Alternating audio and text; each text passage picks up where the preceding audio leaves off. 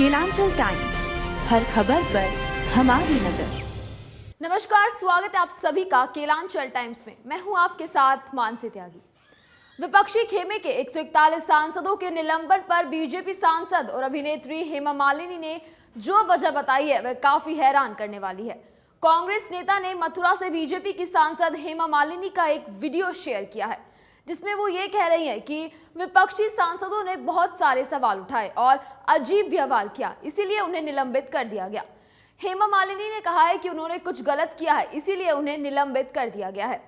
हेमा मालिनी ने कहा है कि सभी को संसद के नियमों के अनुसार व्यवहार करना चाहिए। उन्होंने ऐसा नहीं किया और निलंबित हो गए।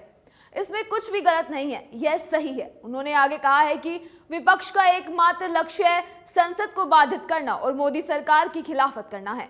बीजेपी सांसद ने 2/3 विपक्षी सांसदों के निलंबन को उचित ठहराते हुए कहा कि निलंबन का मतलब साफ है कि उन्होंने कुछ गलत किया है।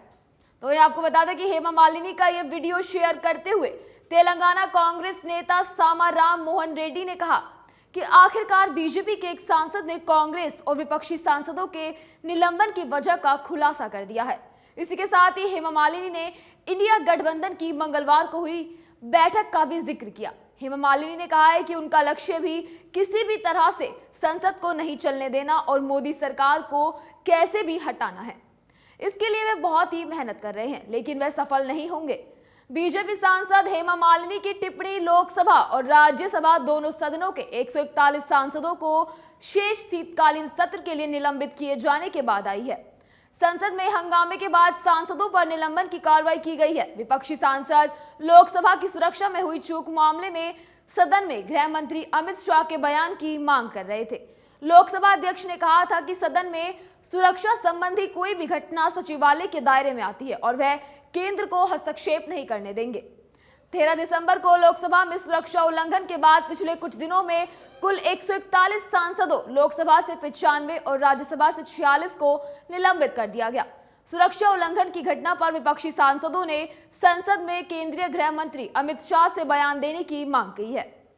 पहले भारी सुरक्षा उल्लंघन और फिर अभूतपूर्व संख्या में निलंबन के कारण संसद का यह सबसे हंगामेदार सत्र रहा है।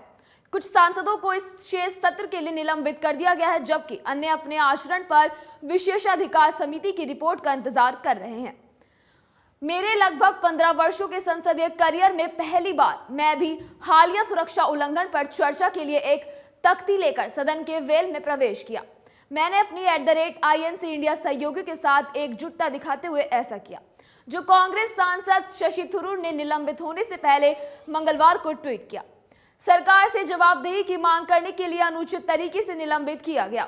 मुझे उम्मीद है कि निलंबन का पालन किया जाएगा।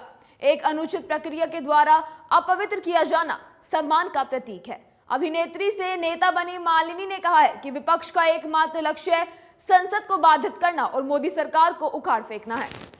बीजेपी सांसद ने कहा है कि निलंबन का मतलब है कि उन्होंने कुछ गलत किया है। संसद के नियमों के अनुसार काम किया जाना चाहिए। वे ऐसा नहीं करते और उन्हें निलंबित कर दिया गया।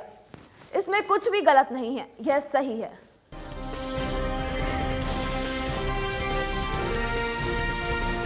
केलांचल टाइम्स, हर खबर पर हमारी नजर।